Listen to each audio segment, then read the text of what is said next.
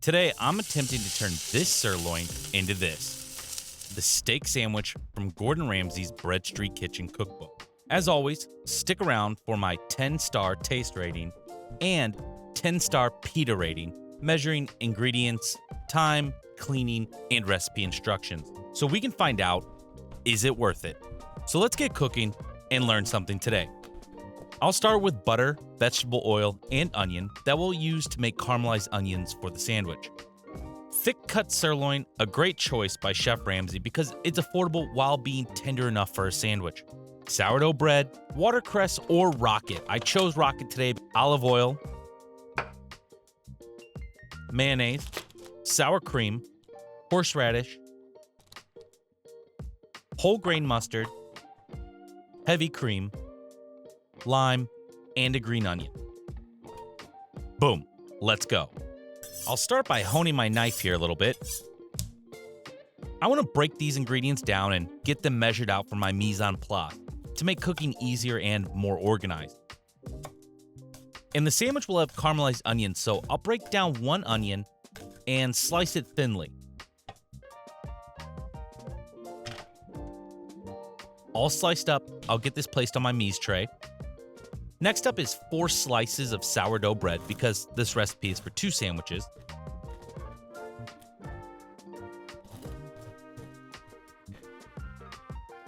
And these are looking nice. I'll get these on my mise tray. Next up, a green onion, sliced thin. This is for a horseradish cream sauce I have to make because the store didn't have any.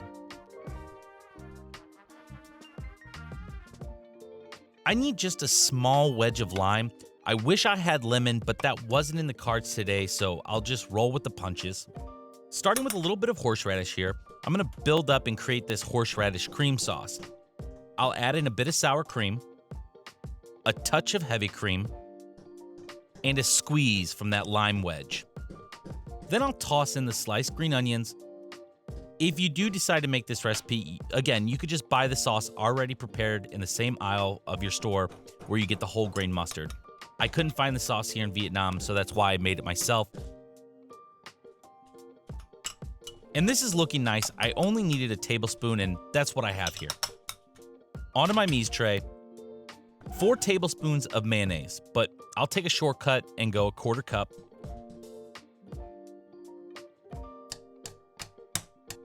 Next up is the whole grain mustard, which whole grain mustard is always delicious. 2 tablespoons.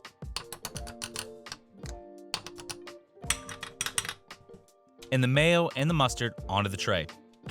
I'll get my 250 grams of thick cut sirloin, or as thick as I could find, 15 grams of butter, a couple of big pinches of that rocket, vegetable oil, which I should have measured, and extra virgin olive oil.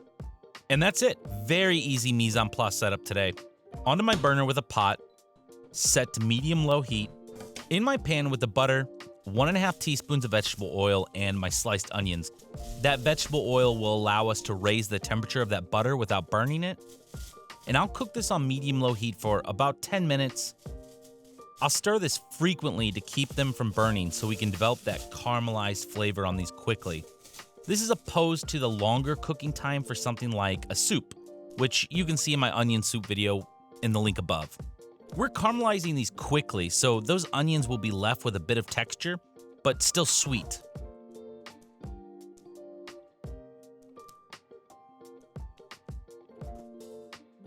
A little bit of salt and pepper,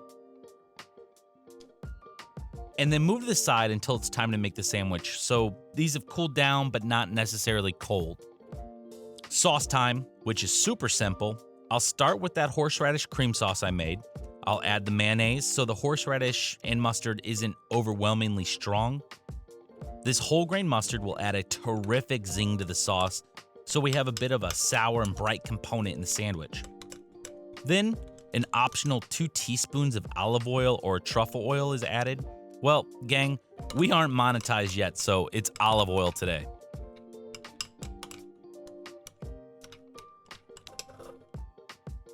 I'll place my sourdough slices on a sheet tray so they can toast for a couple minutes in my brave little toaster. That's gonna add a bit of crunch on the sandwich.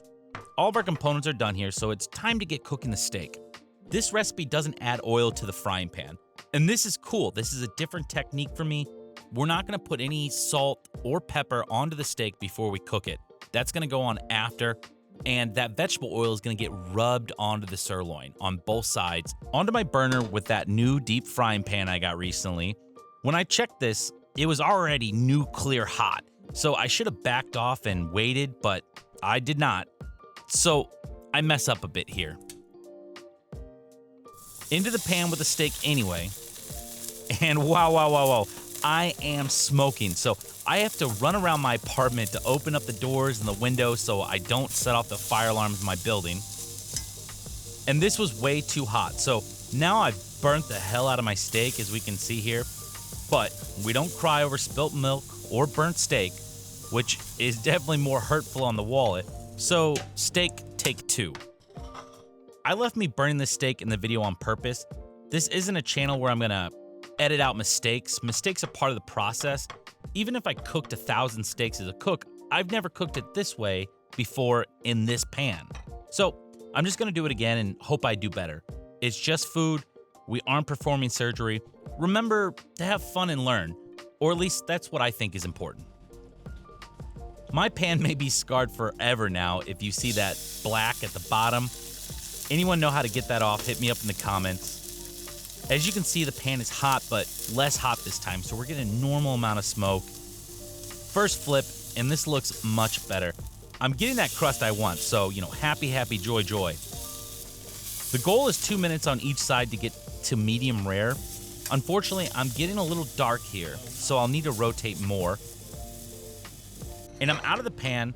It's a little darker than I want, but it's definitely better than the first burnt steak. Once rested, I want to slice this sirloin fairly thin for the sandwich. This looks a bit rare, but I'm okay with my steak like that. It would have been better if my pan was a bit cooler so I could have continued cooking a bit without getting my crust too dark. After this is sliced, it's time to season with salt and pepper so our steak isn't bland.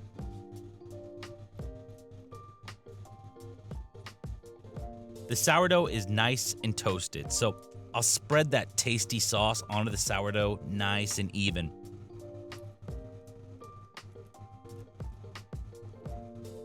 On the first slice of bread, I'll spread that sliced sirloin out as the base of the sandwich.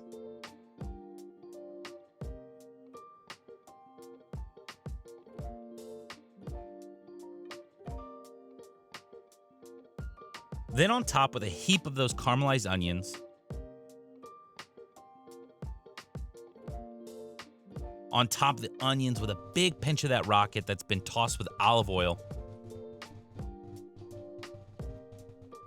And I'll slice this in half. I could have chose any other angle, would have been better here. Boom, the sandwich is ready and looking good. This is a wet napkin job, and I think a nice cold beer too. I wish I had frosted my glass, but I didn't think of it.